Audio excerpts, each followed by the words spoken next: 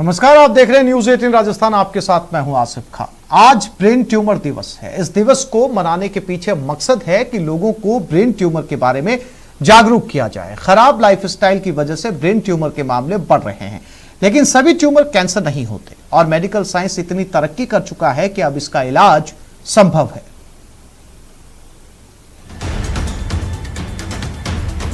Brain tumour एक खतरनाक बीमारी है। अगर वक्त रहते इसका इलाज नहीं कराया गया तो ये जानलेवा हो सकता है।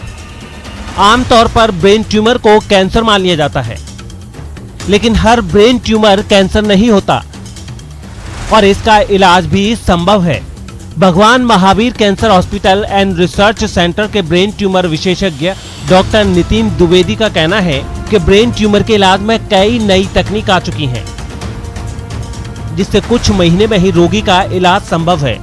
सर्जरी को लेकर एवं अन्य कई चीजों को लेकर, मगर यहाँ पर मैं स्पष्ट कर देना चाहूंगा कि ब्रेन ट्यूमर की सर्जरी प्रथम चरण में अत्यावश्यक होती है, उसके बिना आगे का इलाज संभव नहीं होता है। और आजकल सर्जरी लेटेस्ट टेक्नोलॉजीज की वजह से इतनी आसान हो चुकी है कि ब्रेन के महत्वपूर्ण हिस्सों को नुकसान पहुंचाए बिना ट्यूमर का अधिकांश हिस्सा निकाल लिया जाता है। बाद में रेडियोथेरेपी एवं कीमोथेरेपी के द्वारा पेशेंट काफी अच्छी जिंदगी जी सकते हैं। आइए अब आपको बताते हैं क्या होता है ब्रेन ट्यूमर। जब ब्रेन में कोशिकाएं असामान्य रूप से विकसित होने लगती हैं, तो असामान्य कोशिकाएं ब्रेन ट्यूमर का रूप ले लेती हैं। कोशिकाओं के विकास की गति ट्यूमर के प्रकार के अनुसार अलग अलग होती है। आइए अब आपको बताते हैं कौन कौन से लक्षण ब्रेन ट्यूमर होने के संकेत हैं। तेज लगातार सिर दर्द, चलने में परेशानी, मांसपेशियों में कमजोरी, चक्कर आना, उल्टी या मतली आना, चुभन महसूस होना, ठीक से बोलने और समझने में परेशानी, दौरे पड़ना, धुंधला दिखना, बेहोशी आना, बोलने में कठिनाई। इन लक्षणों को नजरअंदाज ना करें, फौरन इलाज कराएं।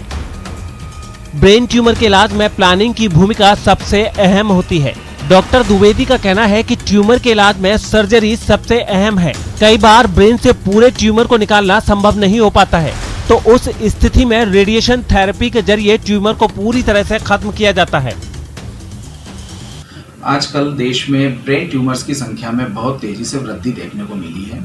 उसका एक महत्वपूर्ण कारण है कि हमारे पास आजकल जो लेटेस्ट टेक्नोलॉजी है MRI CT स्कैन, उसकी वजह से छोटे ट्यूमर को भी हम प्रारंभिक अवस्था में ही डिटेक्ट कर लेते हैं। और दूसरा कारण कि इनकी संख्या में वाकई में ही वृद्धि हो रही है। ब्रेन ट्यूमर की जांच अत्याधुनिक उपकरणों से होती है, इसलिए घबराएं नहीं, सही इलाज करवाएं और सेहतमंद रहें। Bureau report, news 18 Rajasthan.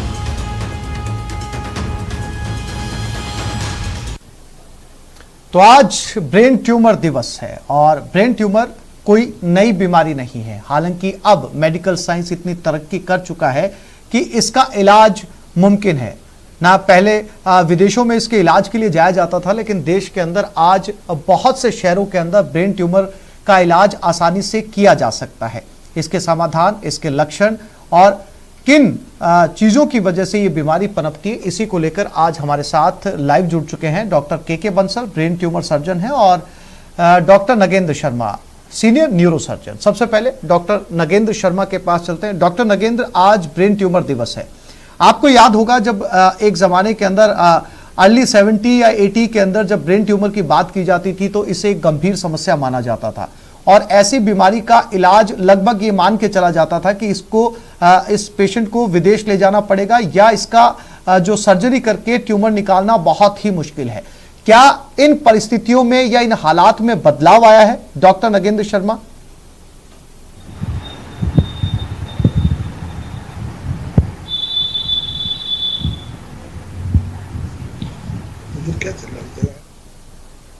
Doctor Nagendra, मेरी आवाज मिल रही है आपको?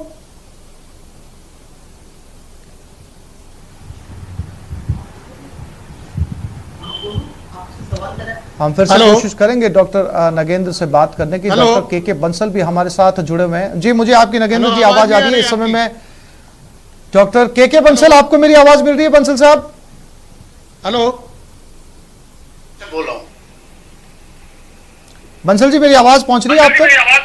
हाँ जी बिल्कुल, बहुत जोर से पहुंच रही है जी डॉक्टर के बंसल, आज का जो मुद्दा है जिस पर हम बात कर रहे हैं, चूंकि आज ब्रेन ट्यूमर दिवस भी है, इसको लेकर आम जनता के बीच इसको लेकर जागरूकता बढ़े, इससे कैसे बचा जाए, इसको लेकर बात करना बेहद जरूरी है। और जैसा कि मैंने डॉक्टर नगेंद्र शर्मा से पूछा था बंसल साहब कि एक समय ये बीमारी हालांकि बहुत दुर्लभ भी हुआ करती थी और इसका इलाज बहुत आसानी से अपने देश में मुमकिन नहीं हुआ करता था, क्या इन हालात में बदलाव आया है अब डॉक्टर के बंसल? मैं आपकी पहले दोनों बातों से सहमत नहीं हूं। पहला तो ये है कि ये दुर्लभ नहीं थी बीमारी, वो उतने ही इंसिडेंस हैं ब्रेन ट्यूमर के, पर 60 और 70 के दशक की जो आप बात कर रहे हैं, उस टाइम पे ना तो भारत में सीटी स्कैन था, और सीटी स्कैन का आविष्कार ही 67 में हुआ था, और एमआरआई तो बहुत बाद में आई है। 67 में जब आविष्कार हुआ तो ऑल इंडिया इंस्टीट्यूट में पहली बार, बल्कि 90s में सीटी स्कैन आया।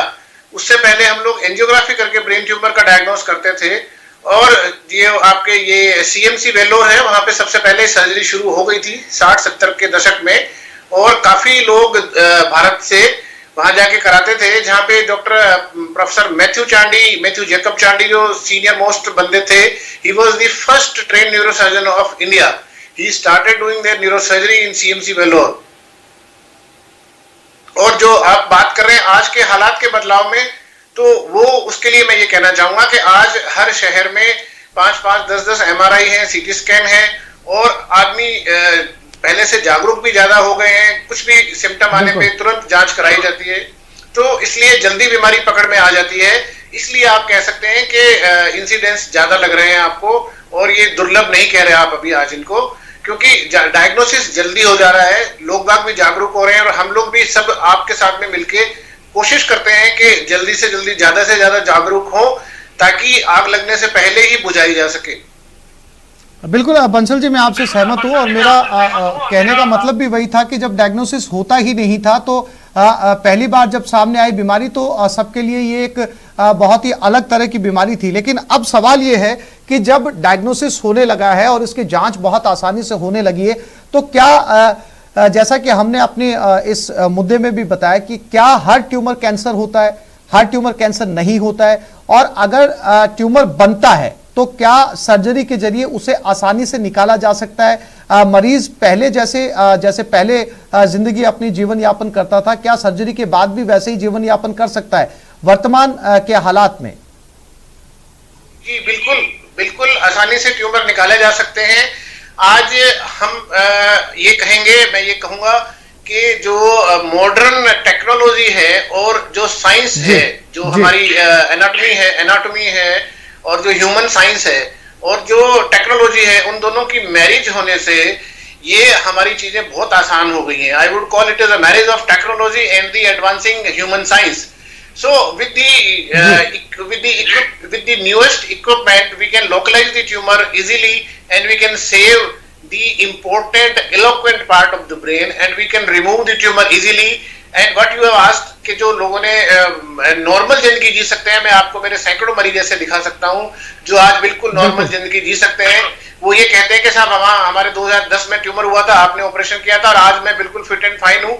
और मैंने कहा आप आए क्यों नहीं दिखाने के लिए? साहब कोई दिक्कत ही नहीं है, सब बढ़िया चल रहा है, दवाई आपने लिखी वो बहुत महत्वपूर्ण बात है, बहुत महत्वपूर्ण बात आपने कही कि डॉक्टर नगेंद्र शर्मा भी हमारे साथ लगातार बने हुए, एक बार फिर से कोशिश करते हैं उनके साथ बात करने की। डॉक्टर नगेंद्र, मेरी आवाज आप तक पहुंच रही है? हेलो, मेरी आवाज मिल रही है डॉक्टर नगेंद्र साहब आपको? हाँ मिल रही है।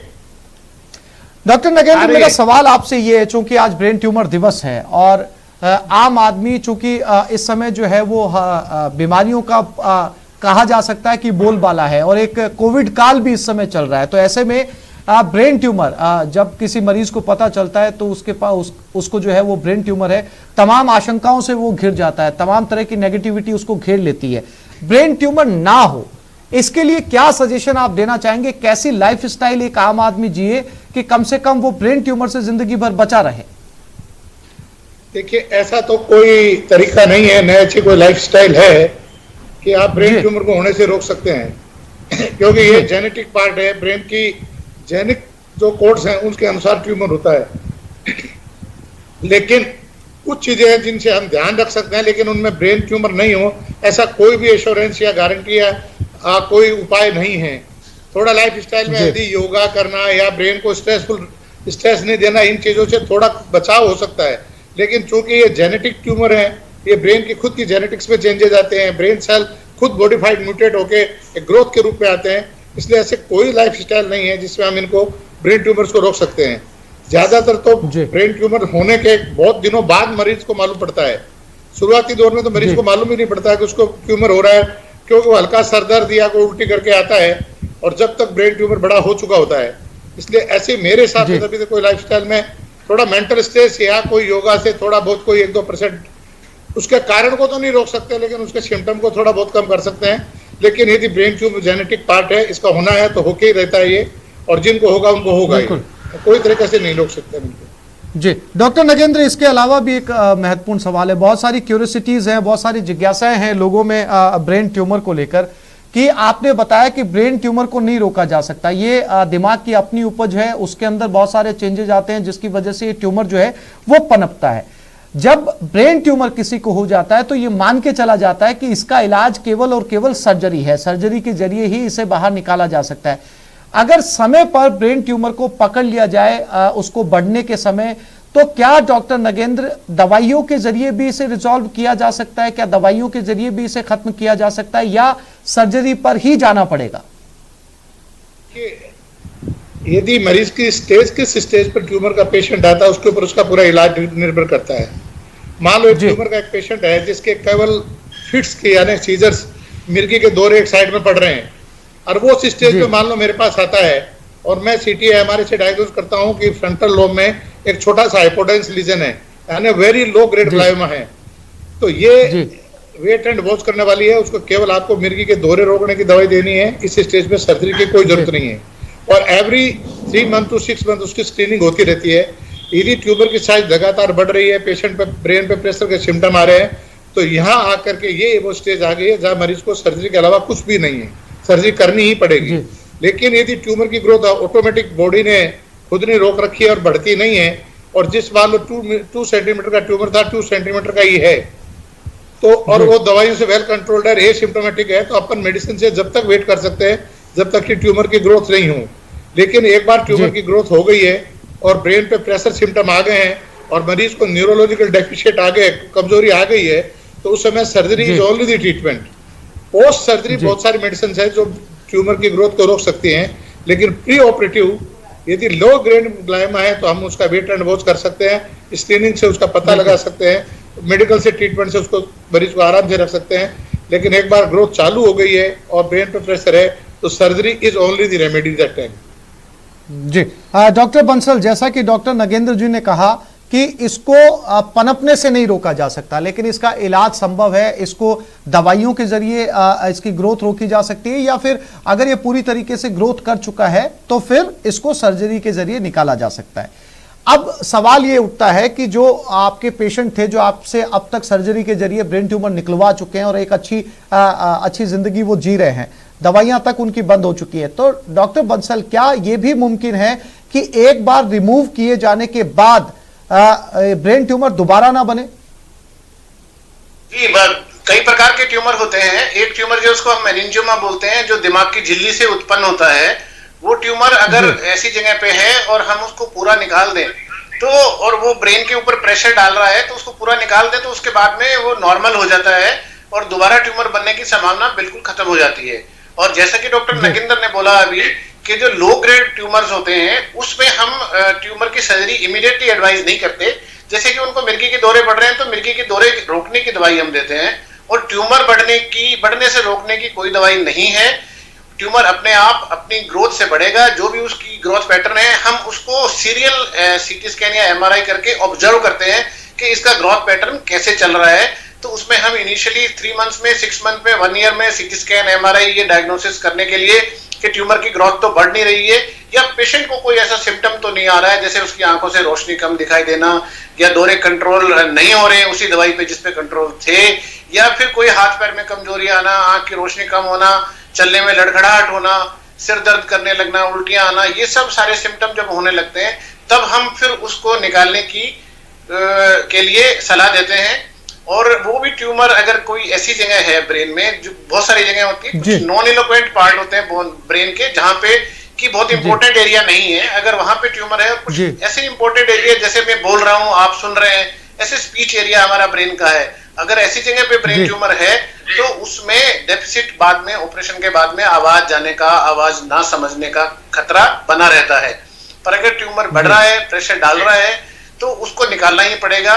उससे सिर्फ लाइफ प्रोलॉन्ग होगी, 100% क्योर नहीं होता वो, उसके बाद रेडियोथेरेपी लगती है, कीमोथेरेपी भी देते हैं, बट कोई भी चीज अभी तक 100% सक्सेसफुल नहीं है। कुछ टाइम के बाद में वो रीग्रोथ हो ही जाता है अगर कैंसर का है तो।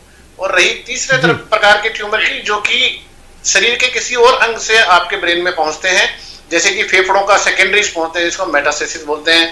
फेफड़ों से जा सकते हैं, आंत से, किडनी से, थायराइड से, शरीर के किसी भी अंग में उत्पन्न हुआ ट्यूमर खून के जरिए ब्रेन में पहुंच जाता है और वो वहां पे ट्यूमर के रूप में प्रेजेंट करता है। कई बार क्या होता है, मरीज को कहाँ का कैंसर है ये हमें पता ही नहीं चलता, सीधा ब्रेन में ट्यूमर जो है वो दिखाई देता है। हम फिर ढूंढते हैं तो पता चलता है कि ये तो फेफड़ों से उत्पन्न हुआ है, ब्रेन में पहुंच गया है, तो वो ऑलरेडी स्टेज 4 हो गया है, उसमें हम कुछ नहीं कर सकते। मतलब ट्रीटमेंट देते हैं पर बहुत अच्छा प्रोग्नोसिस नहीं रहता उसमें।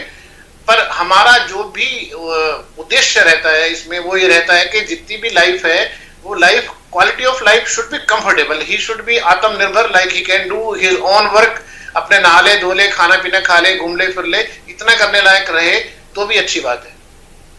बिल्कुल। डॉक्टर नगेंद्र, आपने बताया कि इसको होने से रोकना बड़ा मुश्किल है क्योंकि ये जेनेटिक मामलों के अंदर ज्यादा आमतौर पर देखा जाता है। तो अगर डॉक्टर नगेंद्र किसी के परिवार में किसी को पहले ये शिकायत रह चुकी हो, इस तरह की बीमारी रह चुकी हो, और वो अपने आप को होने से रोकना चाहे, इस तरह की बीमारी उसे ना घेरे, तो क्या वो अर्ली स्टेज के ऊपर अपना चेकअप करवा सकता है, दिखाया जा सकता है, अगर उसके परिवार में इस तरह की मेडिकल हिस्ट्री रही हो? डॉक्टर नगेंद्र, ज्यादातर 95% जो ट्यूमर्स है, ब्रेन ट्यूमर्स, वो जेनेटिक, खुद के ओन ब्रेन की जेनेटिक्स पे डिपेंड करते हैं, इसे फैमिली हेरिटेट नहीं है।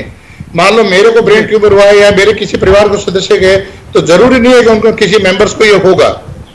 ये मेरी जेनेटिक हेरिटेट ब्रेन के जो सेल्स हैं वो म्यूटेट होकर के करते हैं। यदि परिवार का कोई सदस्य ये चाहे कि मैं जेनेटिकली स्टडी करवा के और पहले से रोक लूं कि मेरे को ब्रेन ट्यूमर होगा, ये संभव नहीं है। अभी तक इतनी जेनेटिकली एडवांसमेंट नहीं आया है कि हम किसी भी परिवार के मेंबर को या उनके पूरी फैमिली मेंबर का स्क्रीन आउट करके ये कह देंगे भविष्य में आपको ब्रेन ट्यूमर होगा या नहीं होगा। लेकिन ये इंडिविजुअल जेनेटिक्स पे डिपेंड करता है। यदि उसकी जेनेटिक्स में कोई जीन्स म्यूटेट होकर के उसके ग्लायल सेल्स इतने म्यूटेट हो गए कि वो रैपिडली ग्रोथ करने लग गए हैं और एक ब्रेन ट्यूमर का शेप ले लिया है, तो ये इंडिविजुअल वेरिएशन है। आप चाहें कि पूरी फैमिली का स्क्रीन आउट कर लें, ऐसा मेथड न तो इजाद हुआ अभी तक, न ऐसा मेथड है कोई है जिससे अपन इसको रोक सकते हैं। लेकिन हाँ, ये है कि संभावना, कुछ ट्यूमर्स ऐसे होते हैं जैसे न्यूरोफाइब्रोमेटोसिस एक डिजीज है, वो यूजुअली फैमिलीज में चलती है। यदि किसी फैमिली मेंबर को न्यूरोफाइब्रोमेटोसिस है और उसके एक परिवार के मेंबर को यदि हुआ है, दूसरे परिवार के मेंबर में यदि कोई सिम्टम आते हैं, तो चांसेस है कि न्यूरोफाइब्रोमेटोसिस उसमें हो सकता है। ये बहुत रेयर ट्यूमर है, बहुत कम लोगों में पाया जाता है। लेकिन ज्यादातर जो ट्यूमर, ग्लायोमा, मेनिंजियोमा, इस तरह के जो कैंसर, नॉन कैंसर के ट्यूमर है, ये इंडिविजुअल वेरिएशन पर डिपेंड करते हैं, न कि हेरिडिटी और सब एक जेनेटिक एक हुआ तो दूसरे में होगा, इसका कोई ऐसा नहीं है। जी डॉक्टर के बंसल, जो मरीज इस बीमारी से जूझ रहे हैं या जो इस बीमारी से बाहर निकल चुके हैं, ऐसे मरीजों को आप अपनी तरफ से बतौर एक्सपर्ट कुछ सजेशन देना चाहेंगे? जो मरीज ठीक हो चुके हैं वो, जैसे बहुत प्रकार के ट्यूमर होते हैं, अब हर मरीज एक जैसा नहीं होता साहब, every size doesn't fit all. तो उसमें हम ये कहेंगे कि जो ट्यूमर पूरा निकल गया, बिनाइन ट्यूमर था, उसमें उसको थोड़ी एहतियात बरतने की जरूरत है कि कहीं दोबारा नहीं हो जाए। हालांकि चांसेस बहुत कम है अगर पूरा ट्यूमर निकल गया है तो। और अगर जैसे डॉक्टर नगेंद्र ने बोला अभी कि ग्लायोमास हैं, तो वो उसमें कई स्टेज के ग्लायोमा होते हैं, ग्रेड 1 2 लेके 1 2 3 4 तरह के होते हैं। तो वो चारों तरह के ग्लायोमा में डिपेंड करता है कि उसमें कितने प्रकार के ग्लायोमा उनको है, कौन से प्रकार का ग्लायोमा उनको है, और वो दोबारा आता है ट्यूमर, उस पर डिपेंड करता है। और जो आप पूछ रहे थे थोड़ी देर पहले नगेंद्र जी से कि इसका जेनेटिक होता है क्या, फादर के लिए और मदर, बेटे को हो सकता है क्या? ज्यादातर ये ट्यूमर जो होते हैं ये स्पोरेडिक म्यूटेशंस होती हैं आपके जीन्स में, और फैमिली में रंग जो जैसे डॉक्टर नगेंद्र ने बोला कि न्यूरोफाइब्रोमेटोसिस है, ट्यूबरस क्लोरोसिस है, 2-3 और बीमारियां हैं जो कि स्किन में चकते जैसे लक्षण बोलते हैं हम लोग गाँव में इसको, ऐसी पैदा हो जाता है शरीर पे, तो वो उससे हम पकड़ सकते हैं कि हाँ इनको ब्रेन में और स्पाइन में मल्टीपल ट्यूमर होने की संभावना है, और जरूरी नहीं है कि उनको हो। और जो ये जीन्स वाली है समस्या, ये जीन की समस्या तो आप अगर चाहो कि जैसे एक P53 जीन होती है, हम उसको बोलते हैं ट्यूमर सप्रेसर जीन। अगर वो P53 जीन आपके शरीर में है तो वो ट्यूमर को सप्रेस करके रखेगी, ट्यूमर नहीं होने देती वो। और जिन पेशेंट्स में ट्यूमर पाया गया है हम उनका जांच करते हैं तो पता चलता है कि उनमें वो P53 ट्यूमर जीन डिलीटेड है, मतलब वो जीन उनमें है नहीं, इसलिए उनको ट्यूमर पैदा हुआ। तो ये भी एक जेनेटिक है। और दूसरा जीन्स में हम और भी देखते हैं, जैसे ग्लायोमास होते हैं, कई ओलिगोडेंड्रोग्लायोमास होते हैं, ट्यूमर ग्लायोमा के टाइप हैं, जिसपे 1p19q जीन होती है एक, वो डिलीशन अगर मिलती है तो उसका प्रोग्नोसिस बहुत अच्छा होता है। अगर हम वो जेनेटिक एनालिसिस ट्यूमर का कराएं, अभी मैंने एक पेशेंट का किया है 15 दिन पहले करीब, उसका हमने कराया तो उसको 1p19q डिलीशन मिला, तो हम उसको ये कह सकते हैं कि तेरा प्रोग्नोसिस बहुत अच्छा है और ट्यूमर पूरा निकल गया है, तो जय श्री राम, आप आराम से अपनी जिंदगी जियो नॉर्मल, कोई प्रॉब्लम नहीं है, थोड़ी बहुत दवाइयां चलती रहेगी ताकि दौरा नहीं पड़े आपको। और ये दवाइयां बंसल साहब जिंदगी भर चलती हैं? की दवाई होती है साहब, ट्यूमर की कोई दवाई नहीं होती जिससे कि ट्यूमर ना हो। ये जो ट्यूमर है ये ब्रेन का एक एबनॉर्मल पार्ट है जो कि नॉर्मल नहीं है, ये नॉर्मली फंक्शन नहीं करता है, और ये ब्रेन के जो नॉर्मल पार्ट है उसको स्टिमुलेट करता है ताकि इलेक्ट्रिकल एक्टिविटी बढ़ती है और उससे दौरा पड़ता है आपको। तो हम जो दवाई देते हैं वो उस इलेक्ट्रिकल एक्टिविटी के चैनल को ब्लॉक करती है ताकि वो इलेक्ट्रिकल एक्टिविटी ब्रेन में स्प्रेड नहीं हो और दौरा ना पड़े। क्योंकि अगर आदमी काम करते टाइम मोटरसाइकिल चला रहा है, गाड़ी चला रहा है, दौरा पड़ गया तो उसको एक्सीडेंट हो सकता है, जान जा सकती है, दूसरे की भी जा सकती है। बिल्कुल। तो ये दवाइयां हम सिर्फ जान बचाने, मतलब दौरा नहीं आए इसके लिए दी जाती हैं, और वो दवाइयां अगर बहुत मिनिमल डोज में होती हैं और वो आदमी जिंदगी भर ले सकता है तो उससे कंट्रोल रहता है। डॉक्टर नगेंद्र, ये तो डॉक्टर बंसल के सुझाव थे, आपकी तरफ से ऐसे मरीजों के लिए कोई सुझाव, अगर उन्हें इस तरीके के लक्षण नजर आते हैं तो उन्हें सीधे सबसे पहले न्यूरोसर्जन से मिलना चाहिए ताकि वो इस चीज को समझ सकें, समय पर इसका इलाज हो सके?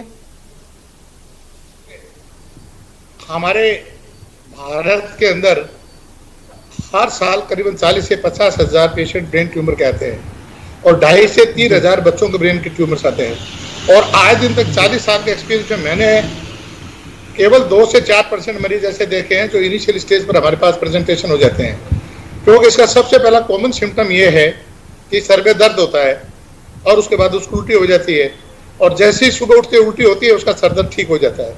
तो ये एक ऐसा भ्रामक सिम्टम है जिसमें मरीज देखता है कि रात को नींद अच्छी नहीं आई, वो खाना गलत खा लिया, गैस बन गई, हर सिम्टम को कोरिलेट करके, उसको वॉमिटिंग से कोरिलेट करके उसको इग्नोर करते जाते हैं। लेकिन मैं आज आपके माध्यम से कहना चाहता हूँ सभी भारत की जनता को कि यदि किसी मरीज के सर में दर्द है और सुबह उठते उसको यदि उल्टी होती है और उल्टी होती है उसके सर में दर्द आराम मिल जाता है, तो इसको साधारण रूप नहीं लें, ये आपके होने वाले ब्रेन ट्यूमर का प्रथम लक्षण है। इसको बहुत ज्यादा सीरियसली ले, और हर सर दर्द आपको ब्रेन ट्यूमर ही रिप्रेजेंट करता है ये भी जरूरी नहीं है, लेकिन आपको लगातार सर दर्द हो रहा है, आपकी आंख की रोशनी में कमी आ रही है, हाथ पैरों में झंझनाहट हो रही है, यानी जिस ब्रेन का हिस्से पर दबाव पड़ेगा और जिस जगह से ग्रोथ करेगी वही चीज। जैसे अभी रिसेंटली 2 महीने पहले मेरे पास एक पेशेंट, टेम्पोरल लोब, हमारा जो लोब होता है जिसको लोब ऑफ इंटेलिजेंस और लोब ऑफ बिहेवियर कहते हैं, तो उसका सिम्टम यह था कि साहब मैं बैठा बैठा एकदम से मेरे को बदबू बहुत तरह की जो अजीबोगरीब आवाजें आती है, सुगंध आती है, मतलब मेरा 5 मिनट के लिए मेरा अजीबोगरीब हालत हो जाती है। और जब उसकी हमारे एक रात पता चला कि टेम्पोरल लोब में एक बहुत बड़ा ट्यूमर पड़ा हुआ है। तो ये ब्रेन के उस हिस्से पर डिपेंड करता है कि कौन सा काम ब्रेन कर रहा है। जैसे मान लो ऑक्सीपिटल लोब से आया तो वहां पेशेंट को आंखों में परिवर्तन में आएगा, यदि फ्रंटल लोब में है तो उसका बिहेवियर एकदम बदल जाएगा घर वालों के प्रति, पैराइटल लोब में है तो उसका सेंसेशन कम हो जाएगा।